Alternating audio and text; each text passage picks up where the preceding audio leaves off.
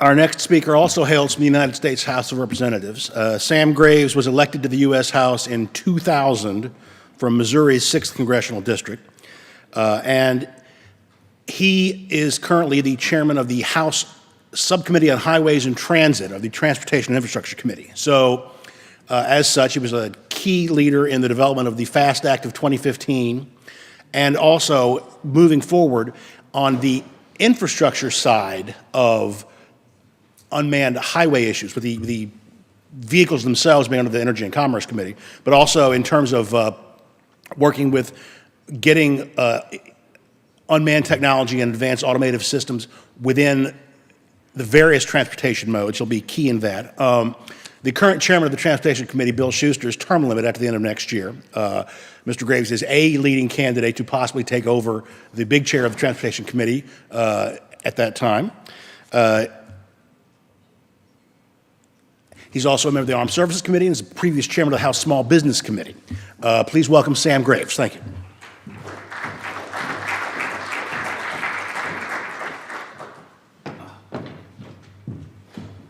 Thank you all. It's a pleasure to be here, to visit with you a little bit about some of the things that we're doing. Obviously, you're hearing from a lot of different speakers, getting a lot of different perspectives.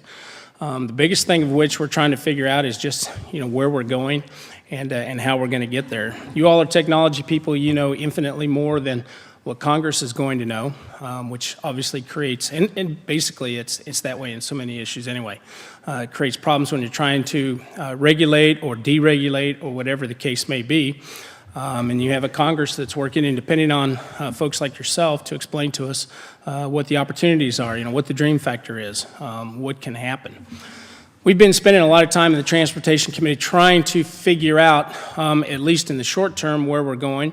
What we need to be doing in terms of construction, what we need to be implementing, whether that's embedding sensors in the roadway or signage, lane marking, whatever the case may be. We know for a fact that we're going to have something uniform. We also know for a fact we're going to have one set of laws, not 50 different state laws across the country to have to deal with. Same thing with unmanned aerial vehicles. It's one airspace.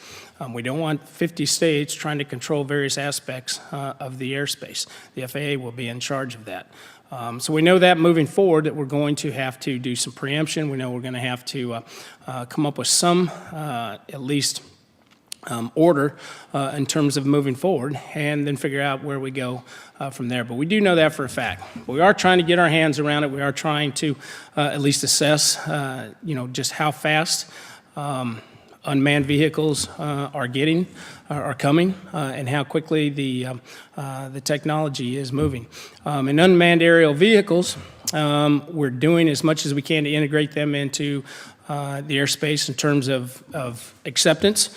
I'm chairman of the General Aviation Caucus, and we have added UAVs to that. We want them to be a part of the process. We want them to be a part of any solution, obviously, and we want them to be working with the GA community, which is the community that they're going to have to deal with more than anything else. Obviously, around an airport or close to an airport, it could be everything from commercial through the GA community, but the GA community's airspace is for the most part where it's going to be operating. So we want everybody to be talking and be proactive. The last thing we need is a reactive situation. That's what worries me more than anything else, is having a problem before we come up with a list of regulations or how we're going to deal with this, and then we end up with a reactive situation. The worst thing that happens when Congress gets involved is we get into a reactive situation rather than a proactive situation, and then what we end up is regulations that in many cases are just far too strenuous and too hard to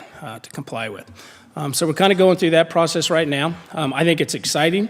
I think there's huge opportunities both in the commercial world and the private sector in terms of any sort of unmanned system. I do think, and this is where I depart from some of my colleagues, I do think it's here quicker than we realize. I think a lot of folks think this is a long ways off, decades away, but I don't believe that. I think that we're right on the cusp of really deploying some really neat stuff. I've been touring a lot of facilities around the country. Just got back from one in Ohio. Just some fascinating work that's being done. fascinating work, and I know you all are, I don't have to go through it and explain it because you all are in the middle of it. But Congress is aware, it's got a lot of people excited in Congress, but we are aware of just how important this is and just how quickly it's moving.